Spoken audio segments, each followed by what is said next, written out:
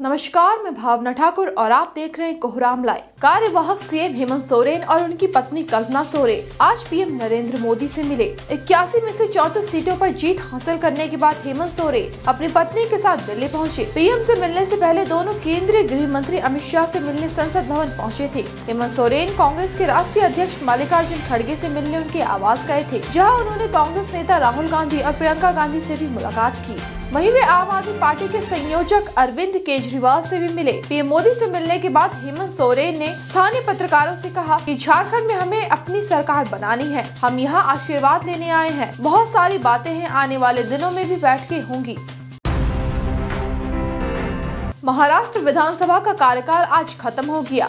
राज्य के सीएम एकनाथ शिंदे ने अपने पद से इस्तीफा भी दे दिया। डिप्टी सीएम अजीत पवार और देवेंद्र फडणवीस ने भी मंगलवार सुबह अपना इस्तीफा सौंप दिया। राज्य में सरकार बनने तक शिंदे को कार्यवाहक मुख्यमंत्री नियुक्त किया गया है। महायुति गठबंधन ने राज्य में बड़ी जीत हासिल करने के बाद भी अब तक अपना मुख्यमंत्री उम्मीदवार तय नहीं किया है। महायुति में सरकार की कमान किनके हाथ होगी, इस मसले पर दिल्ली से मुंबई तक हाई लेवल मीटिंग हो रही है। यहाँ याद दिला दें कि 20 नवम्बर को हुए महाराष्ट्र विधानसभा चुनावों में महायुति ने कुल 288 सीटों में से 230 सीटें हासिल की है। सबसे अधिक 132 सीटें भाजपा ने जीती है। सहयोगी दल शिंदे वाली शिवसेना 57 और अजीत पवार वाली एनसीपी ने 41 सीटें जीती।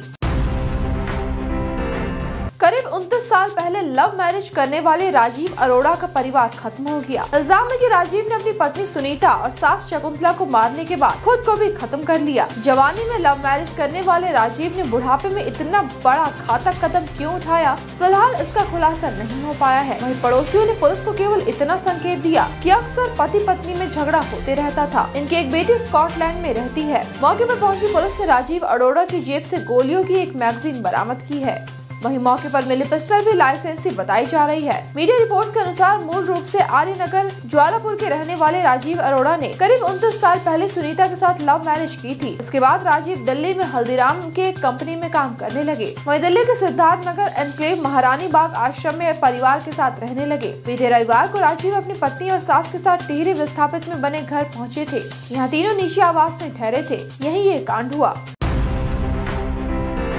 दिल्ली के तालकटोरा स्टेडियम में संविधान दिवस के मौके पर कांग्रेस पार्टी ने संविधान रक्षक कार्यक्रम का आयोजन किया। मौके पर नेता प्रतिपक्ष राहुल गांधी के भाषण के दौरान माइक अचानक बंद हो गया। करीब 6 मिनट बाद माइक चालू हुआ। तब उन्होंने कहा कि इस देश में पिछले 3000 साल से जो भी दलित, आदिवासी, पिछड़े वर्ग, गरीब की बात करता है, उसका माइक बंद हो जाता है। जब माइक बंद हुआ तो बहुत सारे लोग आए और मुझसे कहा कि जाए और बैठ जाए। मैंने कहा नहीं बैठूंगा, खड़ा रहूंगा, जितना चाहो माइक बंद कर लो, जो बोलना है वो बोलूंगा। यहाँ पीछे रोहित वेमुला की फोटो है, वो भी बोलना चाहते थे लेकिन उनकी आवाज छीन ली गई। वहीं उन्होंने यह भी कहा कि जहाँ हमारी सरकार आएगी वहाँ जाति जनगणना कराएंगे। चुनाव ड्यूटी में धनबाद आए आईटीबीपी के जवान संदीप कुमार ने खुद के सीने में गोली मारकर खुदकुशी कर ली। लगभग 29 साल के संदीप ने ऐसा क्यों किया, इसका खुलासा भी नहीं हो पाया है। उसकी शादी नहीं हुई थी, पर शादी को लेकर उनका परिवार तैयारी में था। धनबाद के सिटी एसपी अजीत कुमार ने मीडिया को बताया कि आईटीबीपी का जवान संदीप कुमार इलेक्शन ड्यूटी में धनबाद आया था। संदीप विनोद बिहारी महतो कॉलेज सिंदरी में ठहरा हुआ था। मंगलवार की सुबह 7 बजे गोली चलने की आवाज पर उसके साथी जब मौके पर पहुंचे तो देखा संदीप के सीने में गोली लगी है और वो अचेत पड़ा है। तुरंत SNMMCH ले जाया गया पर उसने दम तोड़ दिया। पुलिस जांच में जुटी है। कांग्रेस द्वारा राष्ट्रीय स्तर पर संविधान रक्षक अभियान शुरू किया गया है। भारतीय संविधान लागू होने के 75 वर्ष पूर्ण होने पर यह अभियान शुरू किया गया। झारखंड में यह अभियान 60 दिनों तक चलेगा। राजधानी रांची में डॉक्टर भीमराव अंबेडकर चौक पर बाबा साहब की प्रतिमा पर माल्यार्पण कर कांग्रेसियों ने यह अभियान शुरू किया। प्रदेश कांग्रेस अध्यक्ष केशव महतो कमलेश के नेतृत्व में शुरू किया गया अभियान पूरे प्रदेश में होगा। कांग्रेसियों ने संविधान की प्रस्तावना का पाठ कर संविधान विरोधी ताकतों से देश हित की रक्षा का संकल्प लिया। मौके पर केशव महतो कमलेश ने कहा कि बीते 1 दशक से संविधान की मूल भावना से खेलने की कोशिश हो रही है। संविधान एक पवित्र ग्रंथ के समान है, इसके साथ छेड़छाड़ की इजाजत किसी को नहीं दी जा सकती। प्रावधानों के कारण देश की एकता अखंड है। इसमें बदलाव की मंशा रखने वाली विचारधारा देश की एकता अखंडता के साथ खिलवाड़ करना चाहती है। इसे बर्दाश्त नहीं किया जाएगा। इसे बचाने के लिए संघर्ष के जिस रास्ते को अपनाना पड़ेगा उसे हम अपनाएंगे।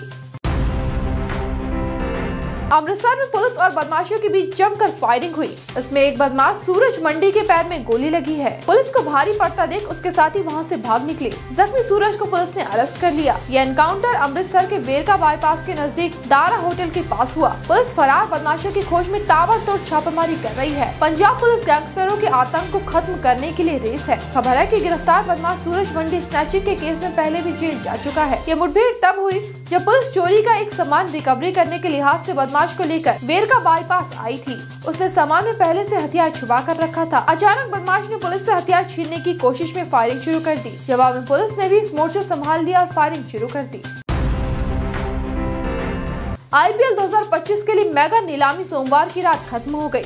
यह नीलामी गुजरे 2 रोज तक चली। नीलामी में कुल 577 खिलाड़ी शामिल थे। इनमें से 182 खिलाड़ी बिके। 182 में से 62 विदेशी खिलाड़ी रहे। वहीं 395 खिलाड़ियों के लिए किसी ने कोई बोली नहीं लगाई। सभी 10 फ्रेंचाइजी ने मिलाकर इस नीलामी में 639 करोड़ 15 लाख रुपए खर्च किए। नीलामी के बाद सभी 10 फ्रेंचाइजी ने अपनी टीमें बना ली है। भारतीय धाकड़ विकेट कीपर बल्लेबाज ऋषभ पंत सबसे महंगे बिकने वाले खिलाड़ी रहे। उन्हें लखनऊ सुपर जायंट्स से 27 करोड़ में खरीदा। वहीं दिग्गज बल्लेबाज सचिन तेंदुलकर के बेटे अर्जुन तेंदुलकर को मुंबई इंडियंस ने उनके आधार मूल्य 30 लाख रुपए में आखिर में खरीदा था। ऐसे ही दिन भर की बड़ी खबरों के लिए जुड़े रहिए कोहरामलाइव.com के साथ।